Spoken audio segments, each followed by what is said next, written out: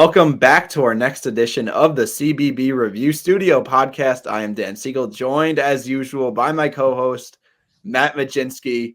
Another edition of CBB Rank, counting down to the days of the start of the regular season, which is starting actually very soon. We're a little behind. We're slowly catching up here, but today we're reviewing teams 55 through 51 in our preseason rankings as our committee decided. Matt, let's jump right into it. So number 55, we've got USC, the Trojans. This was Ariel's article, Ariel Puderman, and he wrote this as his headline. He wrote, new coach, new conference, new roster, new chapter for USC basketball. And that's exactly how I'd put it in very simplistic terms. Eric Musselman is now their head coach, and him going to USC kind of was the beginning of a lot of musical chairs in the coaching industry this offseason. And I mean, Muss only brought in 2 power conference transfers, one of them a very significant one, albeit, in Desmond Claudet from Xavier, and also the other one being Terrence Williams from Michigan. What are you thinking about this USC roster? I'll let you go first. Give your takes first. Well, let me start with Andy Enfield just didn't really get the job done with the Trojans. I hope for his sake that he gets it done at SMU, but I think USC made the right decision because last season there was a lot of optimism and reason to believe that USC was going to be really good. And I don't think it mattered that Bronny James wasn't the player that we thought he was going to be. Boogie Ellis and Isaiah Collier were 2 very, very good basketball players. Didn't seem to matter for the Trojans, right? And I like how Ariel says new roster, right? 8 key players, 8 notable departures, all that averaged about 5 points per game or higher, are gone from this USC team. And you know what? They've got some winners on this team, right? And I think that's one thing that I've noticed with, can teams add winners out of the transfer portal? Not always about the stats, it's about winning. And I think Desmond Claude is who that starts with, right? We saw what happened to Xavier last season when Zach Fremantle went down. Wasn't the same Xavier team, but Desmond Claude is a guy who can play basketball at a high level in the Big East. I think right away that's going to bring a winning attitude to USC. We know that Eric Musselman gets the most out of his guys. He did that at Arkansas. And I think a lot of people are going to talk about St. Thomas, a guy who averaged about 20 points per game at Northern Colorado. Of course, we all know about Northern Colorado, right, and what they can produce. And again, if you didn't get that reference, obviously Dalton Connect at Tennessee was at Northern Colorado before he went there. So excited to see if St. Thomas has the same impact. And then Josh Cohen, a guy who we've had on our podcast before. I know that, Dan, you probably have some more to say about that as well. A guy who comes over from UMass. So a lot of interesting pieces coming on this team.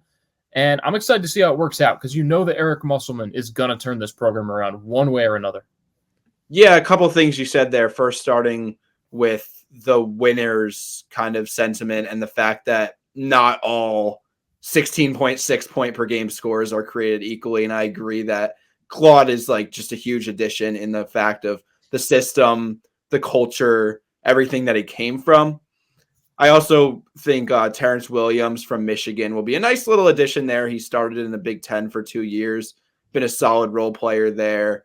I worry a little bit about their front court defense, actually. I think this USC team is particularly undersized. They only have 2 players over 6'8", and one of them is Josh Cohen from UMass. Very nice guy, very, very good offensive player, and we'll see how it translates to the power conference level. But I do have a lot of concerns about his athleticism, about his ability to protect the rim, because those were evident in the Atlantic 10. So in the Big Ten, it will be even more evident. And then there's also the other guy who's over 6'8" is Harrison Hornery, who is one of the few actual returners from USC from last year to this year. Again, he's also more of an offensive-minded player. So Muss is a good defensive coach. He's always, or at least he's typically had good defensive teams. So it's hard to believe things will be different. But the personnel is not really anything to write home about on that defensive end. It's a little bit worrisome.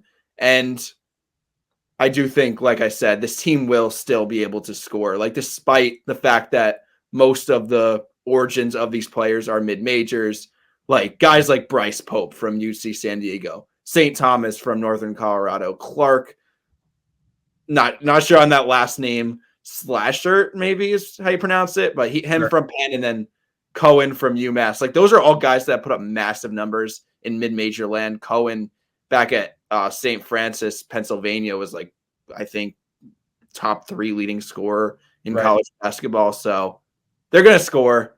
We'll see if the defense kind of schemes its way into place. It'll be interesting.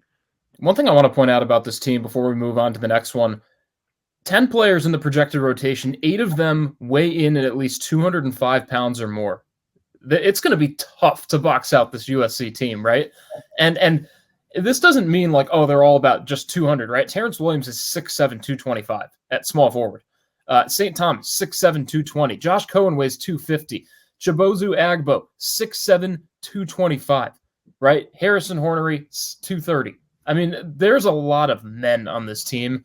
A weak team, a team that may want to run down the court, might speed past them at times. But if you get this USC team on the glass on a bad night or even on a good night for you, you still might not out-rebound them. Because I just have a feeling that USC is going to be one of those physical teams.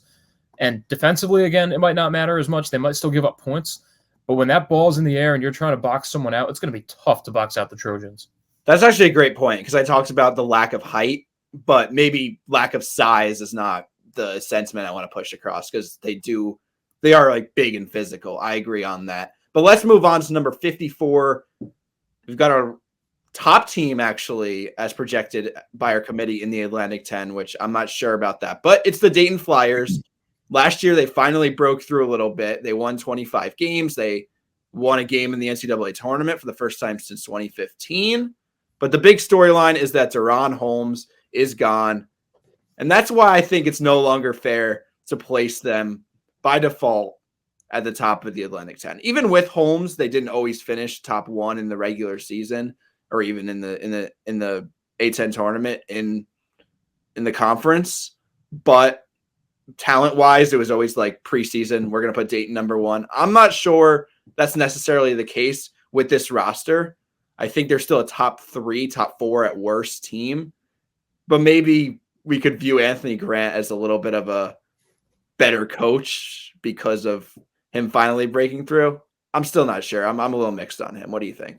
Look, it's tough when a guy like Deron Holmes moves on, right? Like, you just know that it's not an easy player to replace. And, okay, you bring in Posh Alexander. All right, Malachi Smith didn't even play last season, so what's he going to be like? It's not like he was a star before then, right? I mean, he averaged about 8 points per game the season before. So what's Malachi Smith and Posh Alexander going to look like in the backcourt? You have one leader. You have another guy who, again, you don't know what to expect after you miss the whole season. And then, again, you just don't replace a guy like Deron Holmes. You bring in some okay pieces, right? Zed Key, Nate Santos stays, Enoch Cheeks. I mean, there's enough players to, like, make Dayton competitive, right? Yeah. But I think I look at a team in the Atlantic 10 like VCU that I've talked a lot about that just has so much chemistry. So many, like, just better players, honestly, on paper. I would go with VCU over Dayton, personally. I don't know if this is a hot take or anything. I know you follow the A10 a lot, but no, I mean, that's what I'd go with. I honestly think that's a consensus is VCU number 1. I'm not positive because I tend to not like follow what the general majority is thinking and follow like my handful of like really trusted, reliable analysis. Like a few trusted people and what they say. But I think the consensus is VCU number 1. I think like some of the transfers they brought in were intriguing. Like you mentioned, Posh Alexander from Butler. He's definitely a viable replacement for Kobe Brea in that backcourt. Zed Key from Ohio State is someone we should probably mention. He's going to play the center spot. Like that's not going to be someone that's going to replicate the production of Deron Holmes. And this is a guy who showed a lot more promise than actual production at the Ohio State University. But I think if he could step down in conference play like he has, like that'll help. He's only 6'8", 220, but he's got a larger presence. I think he'll be a good to great player in the A10. He's no Deron Holmes, but I think he's definitely going to be a factor. I like Nate Santos. He's a great shooting 4-man.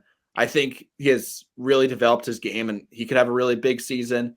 And they do have the continuity, like Malachi Smith returns at the point. You mentioned Enoch Cheeks, Javon Bennett off the bench. has a chunk of experience.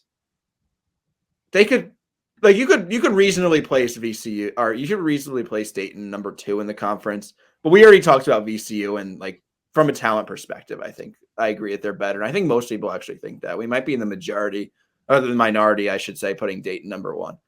Yeah, and I think it might be just, again, sometimes you just base things off of last year, and it's like, okay, when you really look at this team, and after losing Dayron Holmes, they just, I don't think they did enough to replace a star like that. Posh Alexander will be good, right? Again, he brings that Big East mentality, that senior mentality into Dayton, which is something they need. But talent-wise, they dipped. Mm-hmm. All right, number 53, we got San Diego State. And I just tweeted this out. Ariel pointed it out in his article. I think this was also his. Sure. San Diego State has quietly been one of the better programs, like top 10 programs in the country over the past 5 years. Let me read off to you what they've done. 2020, 30-2 record, and then COVID happened. They probably been a 1 seed.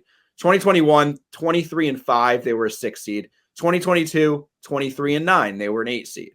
2023, 32 wins, 5 seed, and the national runners up.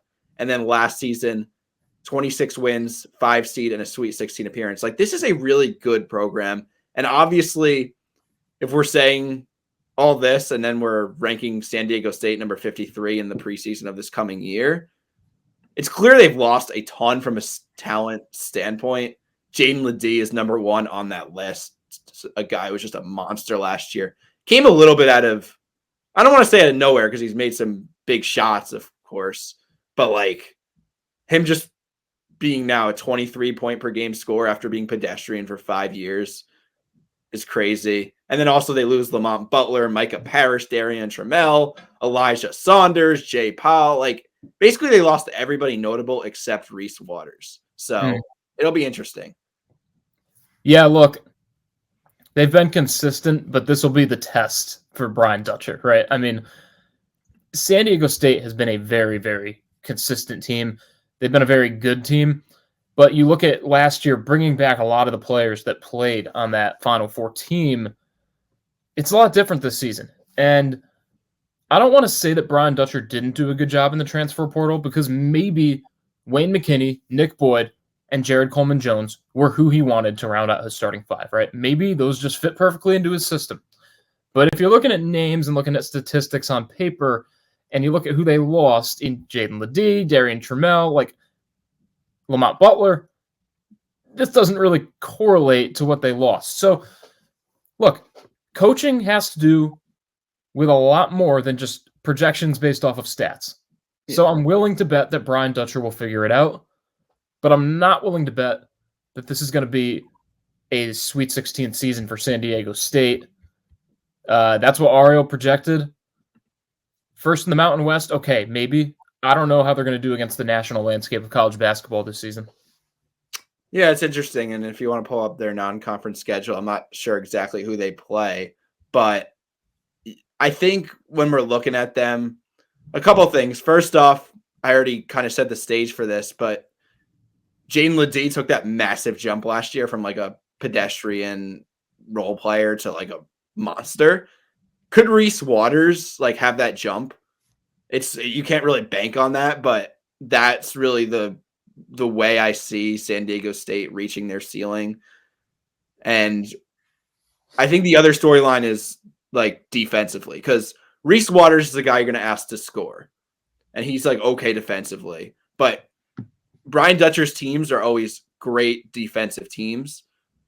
The good news is that like San Diego State has been only one of 3 teams that have finished top 25 in KenPom defense each of the past 5 years, Kansas and Houston being the other 2. So you have enough continuity in like the system, obviously a lot different looking personnel, but yeah, it's going to be probably some brutal offensive nights. It'll be low scoring San Diego State. And yeah, I mean, I say one guy I do like, Nick Boyd from Florida Atlantic. He has a ton of upside. I think that's a 3-and-D guy that could really help San Diego State's case out a lot on both ends. It's going to be a lot of just piecing together a lot of unknowns. And Sure.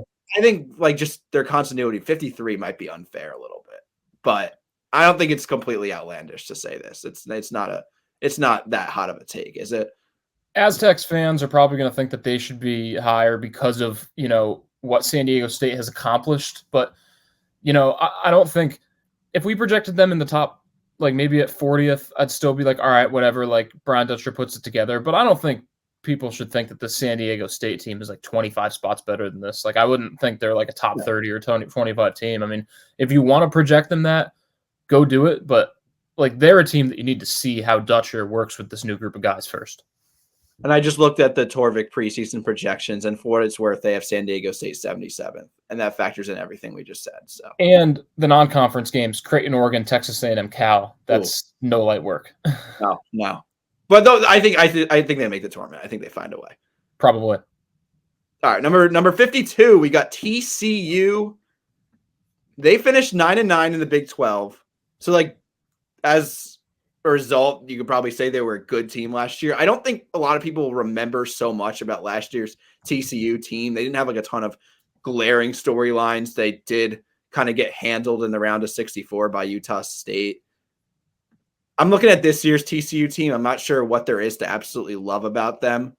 I do see that they're losing 4 double-digit scorers, and a lot of their replacements are mid-major guys. I mean, Brandon Wenzel from Wyoming is our projected starting 2. I think that's a major problem.